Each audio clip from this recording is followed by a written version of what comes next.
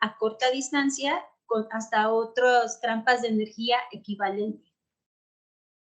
En el proceso 4, 3, 2, en el 6 y en el 8, los electrones que están almacenados gradualmente en las trampas se recombinan con los emisores a través de la banda de conducción o hay un proceso de tunelización para que se produzca la persistencia. Ahora, el material característico, uno de los materiales característicos que tiene esta propiedad es el germanato de zinc. El germanato de zinc es un óxido ternario con una estructura fenaquita y pertenece a las estructuras romboédricas. Los iones zinc 2+ y germanio 4+ forman tetraedros, así como estos tetraedros, que tienen 4 oxígenos y es una estructura tetraédrica. Los radios iónicos de los iones zinc y manganeso son muy similares, están entre 0.66 Armstrong y 0.60 Armstrong. El germanio tiene de 0.53. Debido a esta similitud de los radios iónicos del manganeso y del zinc, se dice que el manganeso sustituye a los átomos del zinc para que haya estas trampas, para que generen estas trampas. Ahora, entre los materiales más usados, más buscados de este germanato de zinc están entre las nanopartículas y las películas. Las nanopartículas se han realizado por métodos hidrotermales por microondas en la mayoría de los artículos publicados y el método hidrotermal normal, usual, como lo conocemos. En estos dos métodos, en el método hidrotermal por microondas y método hidrotermal usual, siempre o la mayoría, casi siempre, crecen en varillas o rods, como lo llaman en los artículos. Estos rods varían de tamaño de 200 nanómetros a 60 o 70 nanómetros, pero como nos damos cuenta, son varillas. Entonces, para las aplicaciones médicas, esta geometría no ayuda mucho. Más adelante lo vamos a ver por qué.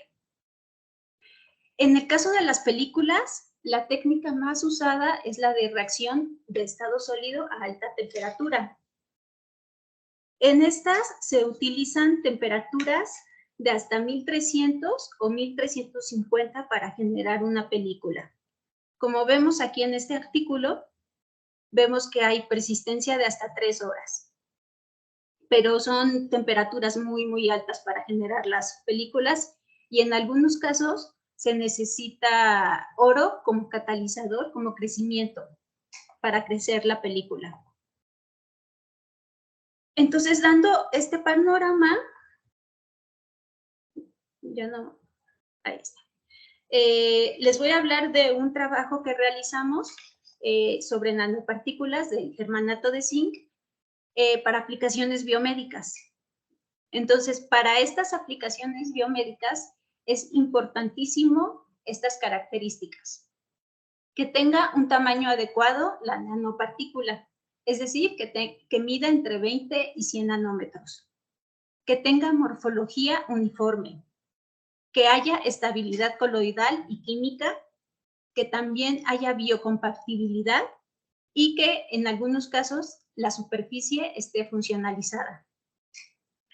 Este trabajo que se realizó, que hemos realizado, logramos sintetizar nanopartículas con morfología uniforme del tamaño adecuado para las aplicaciones biológicas. El tamaño aquí lo podemos ver en este histograma, que va de los 80 nanómetros a los 57 nanómetros.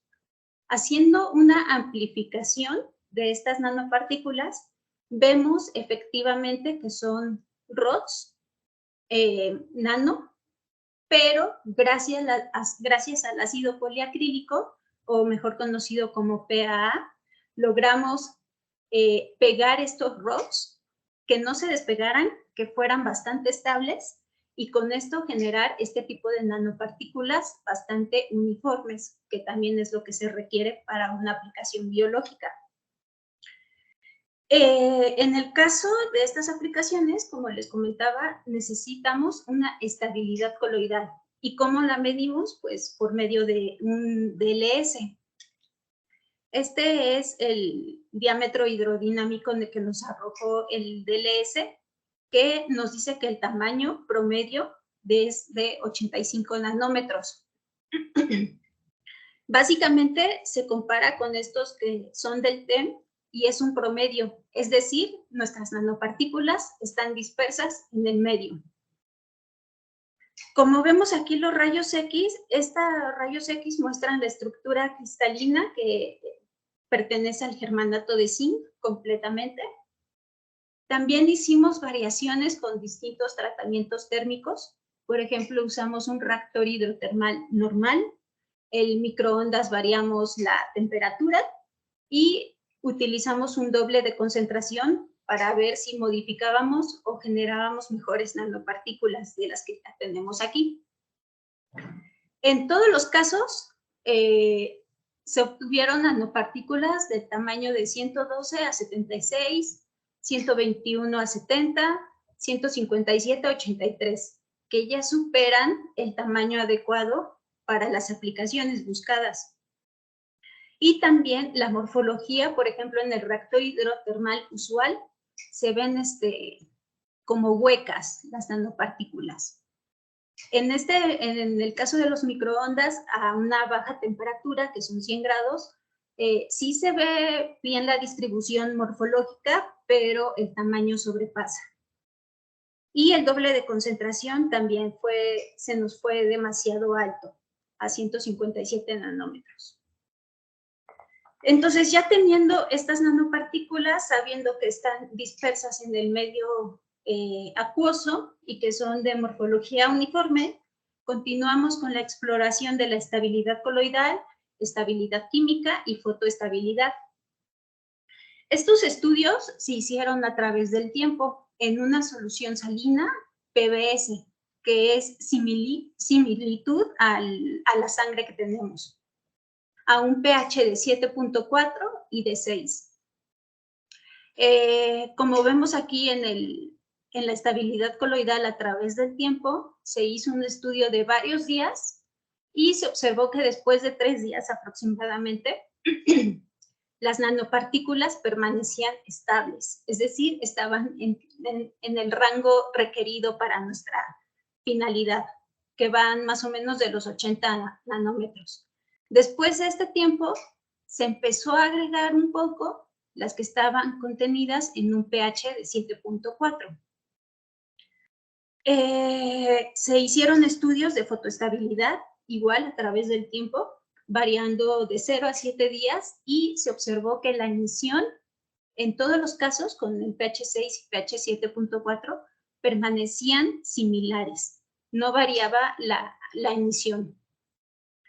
De igual manera, con el decaimiento, el estudio que se hizo también fue de 0 a 7 días y el pH 6 y pH 7.4. De igual manera, se observó que no varió mucho el decaimiento en el medio PBS. También era importante saber si la morfología se había destruido después de todo el tiempo que había permanecido en el PBS. Entonces, se hizo también otro estudio de TEM para ver si esta morfología seguía siendo la adecuada para nuestro siguiente estudio. Y bueno, resulta que sí, no se destruyeron completamente las nanopartículas, permanecieron unidas, y además el histograma nos arrojó de 79 nanómetros a 55 nanómetros aproximadamente en ambos pHs. En este caso fueron de 83 nanómetros y de 57 nanómetros.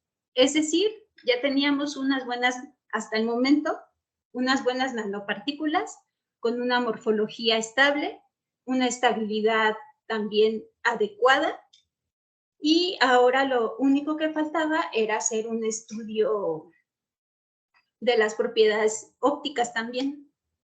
En este caso, se varió ya la concentración de las nanopartículas. Se hizo un estudio, se incorporó el manganeso con distintas concentraciones de 0.25 a 3%, y en todos los casos, aquí se ven, va de 0.25 la micrografía A hasta la F, que es de un 3%. En todos los casos se ve que al ingresar el manganeso no se vio un cambio significativo en la morfología de las nanopartículas. También se hizo un estudio de DLS y en todos los casos nos arrojó que el DLS estaba en promedio entre los 100 nanómetros, por debajo de los 100 nanómetros y por arriba de los 20 nanómetros. El estudio de las propiedades ópticas se observó que para las nanopartículas que tenían un 2% de manganeso fue el óptimo para emisión. En ese caso fue de emisión, pero en el caso de la persistencia, que era lo que nos interesaba, fue las nanopartículas que tenían un dopaje de 0.5%. Aquí en esta fotografía les muestro cómo va variando con respecto al tiempo y con respecto al porcentaje de 0.25 de manganeso hasta 3, cómo va variando después de apagar la radiación, cómo va decayendo la emisión en todos los casos. Y en las peores fueron las que tenían mayor concentración de manganeso, que es el 3 y el 2%. Una vez teniendo este estudio y sabiendo que nuestras mejores nanopartículas eran las de 0.5%, se decidió hacer un estudio de, exploramos esta aplicación como transductor de señal para un diseño y la fabricación de un inmunoensayo de autofluorescencia para la detección de IL-6, o lo que se conoce como interleuquina 6. A grandes rasgos, este inmunoensayo consta de dos cuerpos, uno de un anticuerpo de captura y un anticuerpo de detección. En el anticuerpo de detección, nosotros pegamos nuestras nanopartículas y esta es la molécula o la molécula de la interleuquina.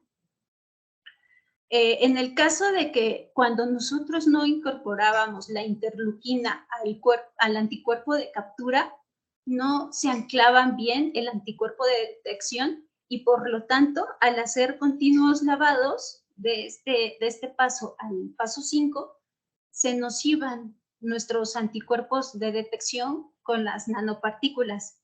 Y cuando nosotros queríamos ver si había anticuerpos con nanopartículas, no emitían, se nos iban.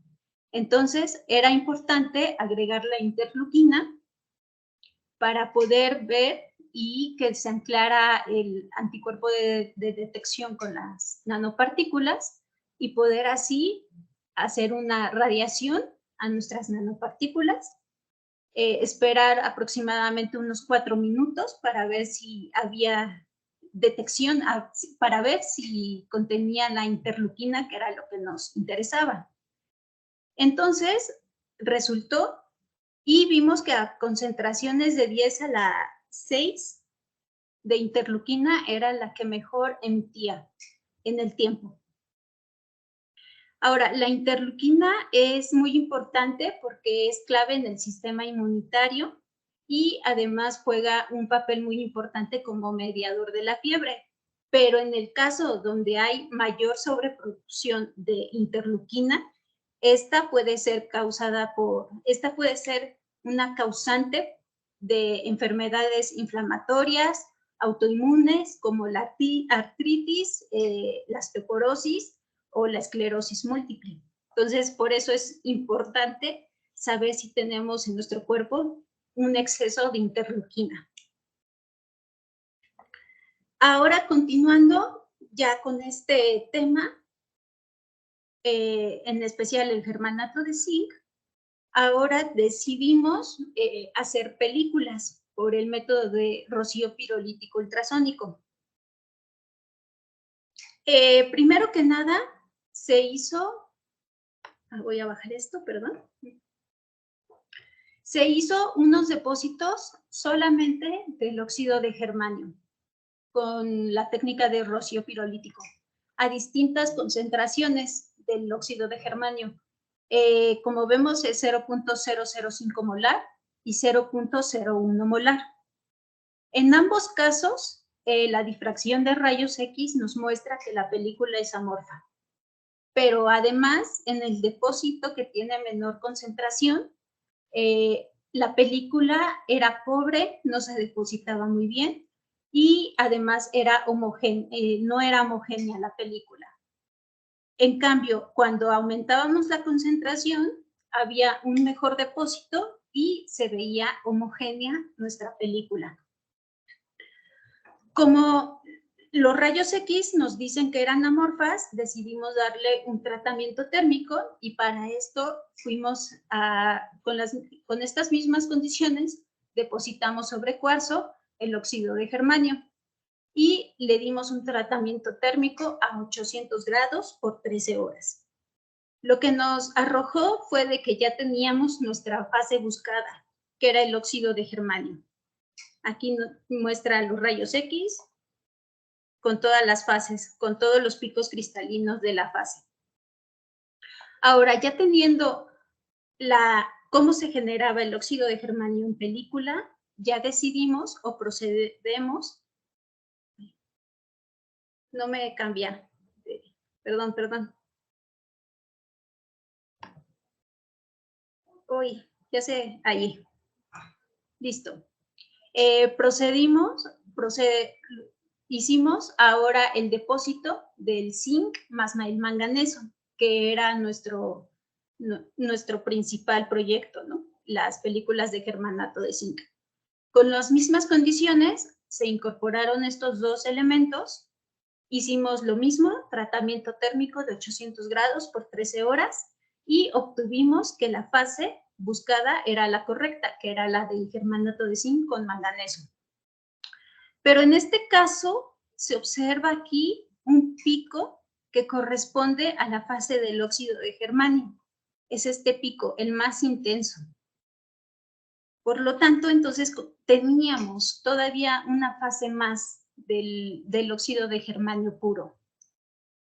Para que se pueda ir, hicimos otro estudio variando los pHs.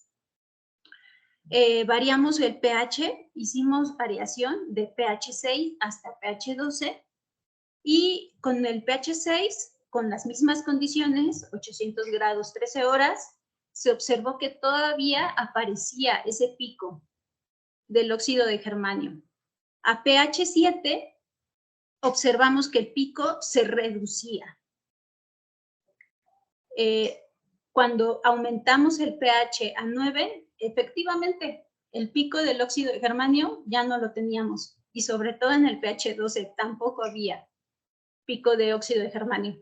Pero además, todos los demás picos de la fase del óxido del germanato de zinc también se nos iban. Y por cuestión de tiempo, ya decidimos trabajar a pesar de tener este pequeño pico de la fase pura del óxido de germanio. Ya decidiendo esto, empezamos a dopar con distintos porcentajes de manganeso, de 0.1% hasta 3% de manganeso. En todas las fases, en todos los picos, se observan de la estructura del germanato de zinc, en todos. No hay casi variación. Y hicimos también, ya a partir de todas estas películas, estamos haciendo estudios de la morfología por medio de TEM y hicimos este TEM para ver cuánto espesor tenía nuestra película y cómo estaba configurada. En este caso ya son las muestras que tienen un tratamiento térmico y es la película que tiene un 0.5% de manganeso. Vemos que es muy gruesa, pero estamos tratando de mejorar que sea aún más delgada. Y vemos también el óxido de germanio, el germanato de zinc, perdón, en forma hexagonal y también en forma de varilla, como es el crecimiento usual. Haciendo un line scan, observamos el porcentaje atómico de los elementos de oxígeno, zinc, germanio y manganeso. Nosotros estamos incorporando un 0.5% de manganeso y en realidad lo que se está incorporando en la película es el 0.3% atómico. Las mediciones de luminiscencia hasta ahora que llevamos son catodoluminiscencia y la fotoluminiscencia. En nuestro caso, la mejor en catodoluminiscencia, la mejor película es la de 0.5% de manganeso. Y en el caso de fotoluminiscencia, es la que tiene 0.25%. Aquí les muestro algunas fotografías en el caso de catodoluminiscencia y en el caso de PL. Como observamos, estos dos puntos salen de lo que ya conocemos en cuestión de porcentajes de dopado, pero creemos que es por el espesor de las películas. Entonces, ahora se está haciendo un estudio de cómo es el espesor, lo que está influyendo tal vez en la emisión. Tal vez aquí tengamos un espesor mayor que en la película del 2%.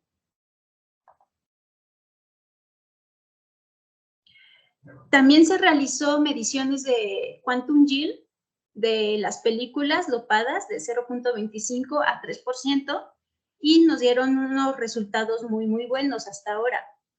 Por ejemplo, en la película que tiene un 0.25% de manganeso, tenemos una eficiencia cuántica de un 100% básicamente. Investigando en la bibliografía, observamos que la mejor concentración y eficiencia cuántica que se había reportado es de una película que tiene 0.5% de manganeso, pero una eficiencia cuántica del 52%. Aquí les muestro algunas series de algunas fotografías en serie que hemos tomado, que van de 0 segundos en cuanto se apaga la radiación UV hasta los 60 segundos, variando el porcentaje de manganeso, de 0.1 hasta 3%. Debido a que nuestra cámara era muy buena, pero no se notaba muy bien la emisión después del minuto que les estoy mostrando aquí. Entonces, les voy a mostrar un video, donde van a ver que dura más de 10 minutos nuestra persistencia en estas películas. A ver, acá. ¿Listo? Aquí está. Listo.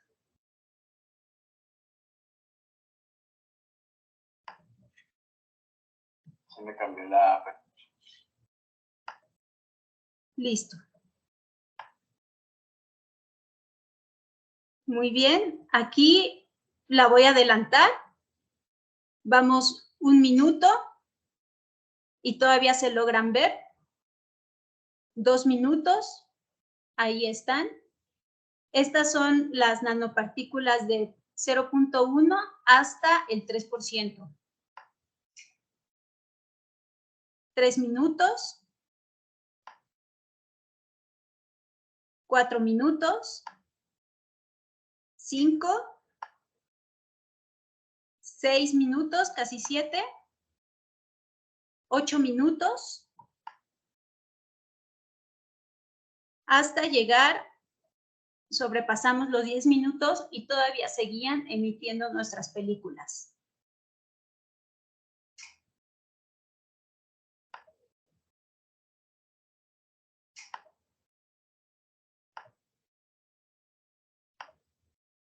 Entonces, este trabajo todavía necesita hacer un poco más de cosas.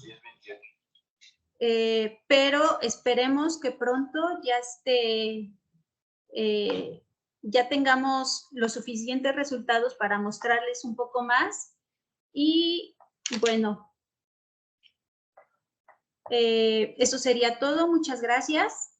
Agradezco a la DEGAPA por la beca postdoctoral, al doctor Rafael Mendoza, que me ha ayudado a depositar las películas, al doctor Manuel García y al doctor Octavio por el espacio que me brindaron para hacerlas, al doctor Edgar Álvarez Auco, a José Romero por la microscopía, a Adriana por los rayos X y a Rafael de Jesús por foto y video. Pues muchas gracias también a ustedes por este tiempo.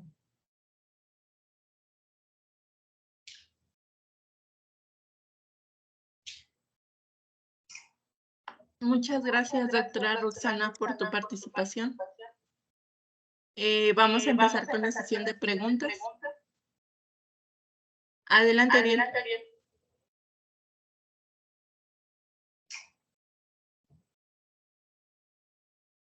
Voy. ¿Ahí me escuchan? Sí. Sí. Ay, muchas gracias, Rox. Estuvo muy interesante tu plática. Yo tengo una duda. ¿Has intentado dopar o codopar más bien con lantánidos este tipo de materiales? Sí, de hecho, esta es la segunda fase en la que estamos. Estamos dopando con litio e iterbio. Ok, entonces sin spoilers. Es que, por lo que sé, el manganeso es muy bueno sensibilizando determinados lantánidos. Sí, así es. Entonces, el proyecto es aumentar la persistencia. Ya teniendo el material con el manganeso, general, en la bibliografía nos dice que este material dopado con el manganeso y el litio emite 10 minutos. Así. Y entonces ya nuestras películas solamente con el manganeso superaban ese límite. Ahora lo vamos a dopar con el litio, el iterbio, en principio, para ver si aumentamos nuestro tiempo de persistencia. Excelente. Ok. Muchas felicidades, Rox. Gracias. Gracias. Gracias, Ariel, por tu pregunta. ¿Alguien más tiene una pregunta? Bueno, en lo que se... bueno, ya se me sacaría. Adelante. Bueno, antes que nada, muchas gracias. Está muy interesante tu presentación. Tu trabajo se ve que es bastante extenso. ¿Cuánto tiempo lleva haciendo las películas? Pues las películas y las partículas, ¿no? Bueno, las nanopartículas sí llevé bastante tiempo, como 1 año y cachito, sintetizando. Sí. Y en el caso de las películas, estoy llevando 7 meses de trabajo. Órale. Es bastante lo que presentas. Hay un punto que no me quedó muy claro, o más bien que me hace ruido. La persistencia de la luminiscencia está explicada fundamentalmente a través de atrapamiento de portadores, a través de trampas. Y en este caso esperaría uno que fuera una gran cantidad de trampas. ¿Hay una forma de cuantificar esto? Bueno, en la bibliografía y se cuantifica por medio de la termoluminiscencia, esta cantidad de trampas. Entonces, es una de las colaboraciones que quiero hacer con el doctor Epifanio del Instituto de Nucleares para ver cómo cuantificar las trampas que se generan con nuestros porcentajes de manganeso. ¿Y hay alguna teoría? ¿Cómo crees que está sucediendo esta trampa? ¿Son sitios? ¿Son por defectos estructurales? Ajá, son por los defectos que se generan en la estructura cristalina. a la sustitución del manganeso por el zinc. Además se generan defectos, también hay vacancias de oxígeno, que eso también nos puede ayudar en la persistencia. Y este tema sí necesita un poco más de estudio. Está muy abierto para hacer varias publicaciones sobre el tema de cómo se genera la persistencia, o debido a que si son vacancias en el caso de los materiales, en el caso de mi material, o es por sustitución. Okay. Y otra de las cosas es cómo mides la persistencia. Cuando hablas de, bueno, presentaste una gráfica log de intensidad contra tiempo. Sí. Y ahí cómo se marca como para decir, tiene tanto de persistencia. Sí, bueno, voy a regresar a la presentación. Por ejemplo, en esta, la hago más grande. Aquí, estas mediciones fueron realizadas en Sevilla, en mi primer postdoc. Entonces, ahí teníamos el Edinburgh, que tomaba hasta 20 horas de decaimiento. Entonces, primero lo que hacíamos era un background, tomábamos el fondo, el ruido de fondo, y empezábamos a decaer. Cuando veíamos que decaía o que se acercaba al ruido de fondo, es cuando decíamos, ah, mira, persiste por más de 1000 segundos, porque nuestro ruido de fondo es este, o se va acercando a los 1000 segundos. Entonces, debemos de considerar también el background, y cuando nuestra gráfica llegue al background, ahí es cuando se terminó la luminiscencia, porque ahora lo que estamos viendo es el ruido que tiene el equipo. Ya no hay emisión, ya lo único que estamos viendo es la oscuridad que tiene el equipo. Ok, entonces es básicamente todo el tiempo que se están emitiendo fotones. Exacto, todo el tiempo que se están emitiendo fotones, el equipo los va colectando. Una vez que se acaba, nos va a mostrar que ya llegó al background. Y ahí es cuando ya terminó el tiempo de persistencia. Ok, bueno, gracias. Y la última es, ¿cómo me explico? ¿Cómo me explicas lo de la gran cantidad de trampas que tiene y una eficiencia cuántica tan alta?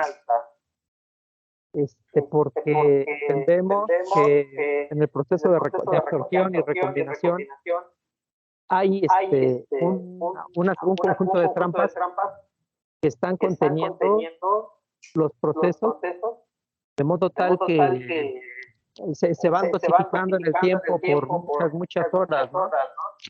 Al punto que después, como dices ahorita, después de 20 horas, todavía estarían liberando fotones. ¿Cómo alcanzas a ver una eficiencia cuántica tan alta teniendo tal cantidad de trampas?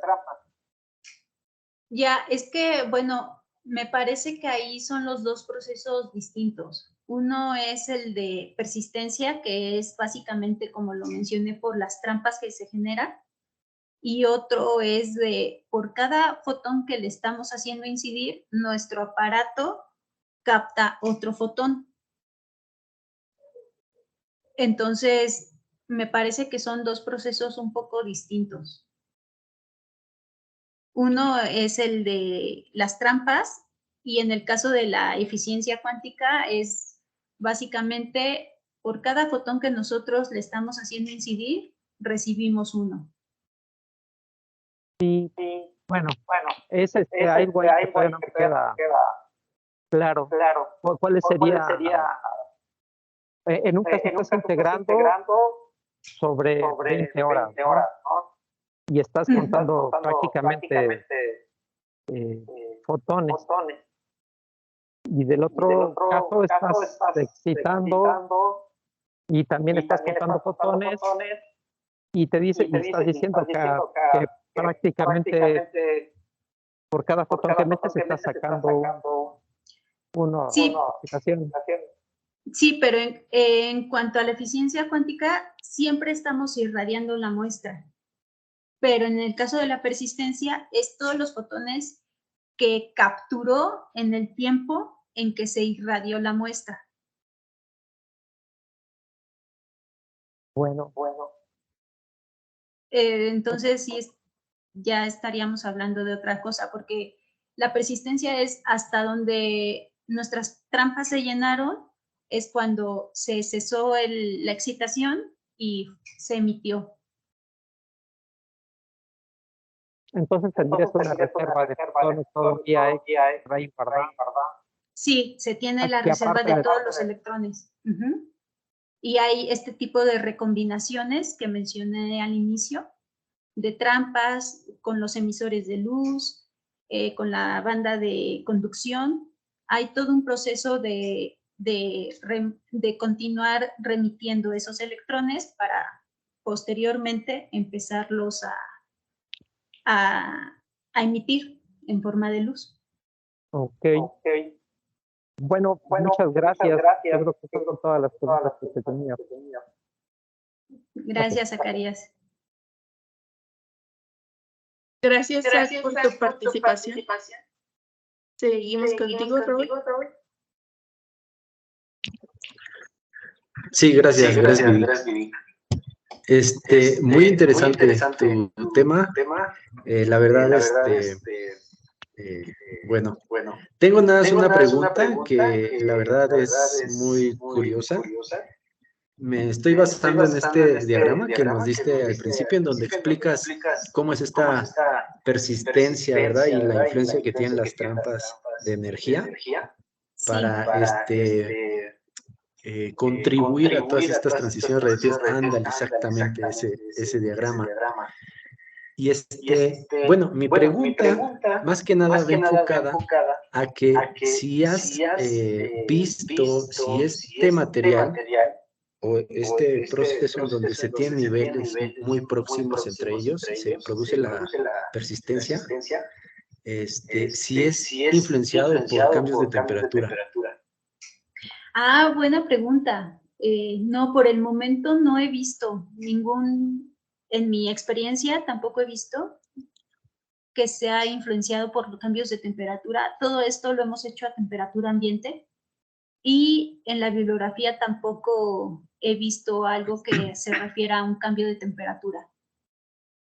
Porque siento, ¿verdad? Como veo los niveles muy próximos y todo eso, que a lo mejor al incrementar la temperatura se incrementa también la persistencia, pero desde luego es la hipótesis, ¿no? Pero por eso de ahí surgía mi pregunta que te quería hacer. Ah, ya. Bueno, desafortunadamente, por ahora no contamos con otro equipo para aumentar la temperatura. O sea, le estamos dando un tratamiento térmico de 800 grados. Podemos hacerle un tratamiento de 850, pero también serían por 13 horas para tener una comparativa. Ok.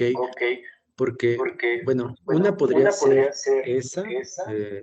esa dinámica que mencionas, u otra, cuando lo excitas, ¿no? O sea, el material lo excitas siempre a temperatura ambiente, igual aumentar la temperatura y ver cuánto persiste, ¿no? Después de excitar. Sí, después de excitar, a ver cuánto es el tiempo de persistencia.